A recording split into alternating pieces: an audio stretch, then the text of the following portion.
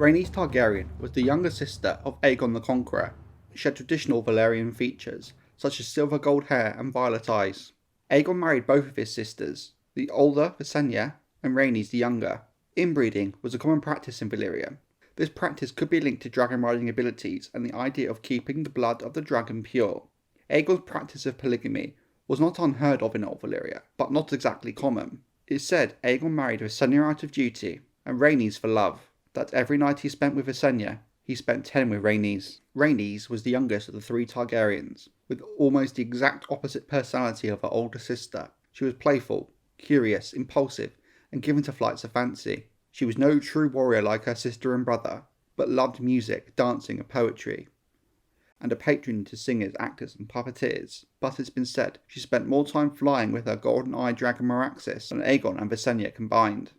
She took an active part in the conquest of the Seven Kingdoms, taking several smaller castles, before playing a key role in the battle known as the Last Storm, where alongside her bastard half-brother Orys Baratheon, they defeated the last Storm King, Argilac Daradan, and captured his seat of Storm's End along with his daughter Argella. Rhaenys also played a key role in the infamous Field of Fire, where alongside her siblings and their dragons, they defeated a force of 55,000 men, wiping out the Kings of the Reach, House Gardener, and burning King Loren Lannister into submission. Her last involvement in the conquest came when she flew over the Red Mountains, straight to the seat of the Princess of Dawn, Sunspear. Rhaenys attempted to force the submission of Princess Mira Martell, whose armies had hid in the mountains, refusing to give open battle. But it became clear to Rhaenys that Mira would not relent, but promised the princess that she would return one day with fire and blood. Rhaenys took special interest in working with her sister to arrange marriages between the lords of their new kingdom. Rhaenys in particular managed to arrange a match for a rowing girl in her service who fell pregnant by a scullion, a tricky match to arrange. She found a knight in White Harbour willing to marry the girl, and another in Lannisport willing to foster the bastard.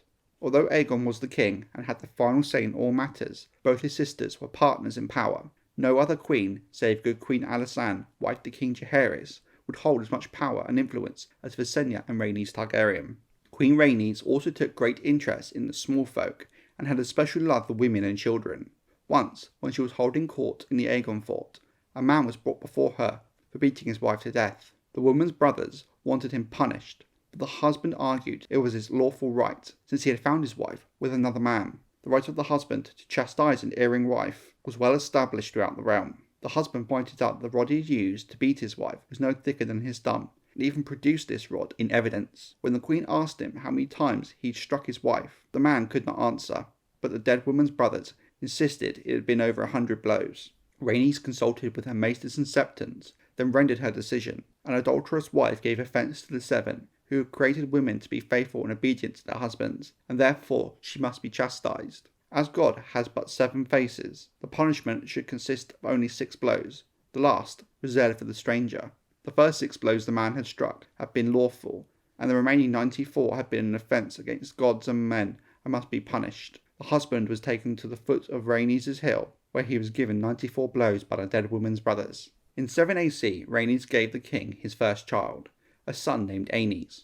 It said Aenys inherited his mother's look and sweet singing voice. The boy was troublesome, ill at birth, and would only feed from his mother. Some speculated he was so unlike his father that he was not truly Aegon's. However, the idea was put to bed when Aenys was given a dragon hatchling, Quicksilver, and the boy grew stronger at the dragon's side. Rhaenys' end came well before her time, when in 10 AC, during the First Dornish War, while attacking the castle of Hellholt atop Meraxes, a scorpion bolt hit the dragon in the eye, and Meraxes crashed into the castle wall. What exactly happened to Rhaenys is up for speculation, but it's safe to assume she fell from her dragon to her death or was crushed on impact. But this is only speculation. For a more detailed look at the speculation regarding the fate of Queen Rhaenys Targaryen and the idea of her possible survival and final fate, check out my video on the Pink Letter 2.0.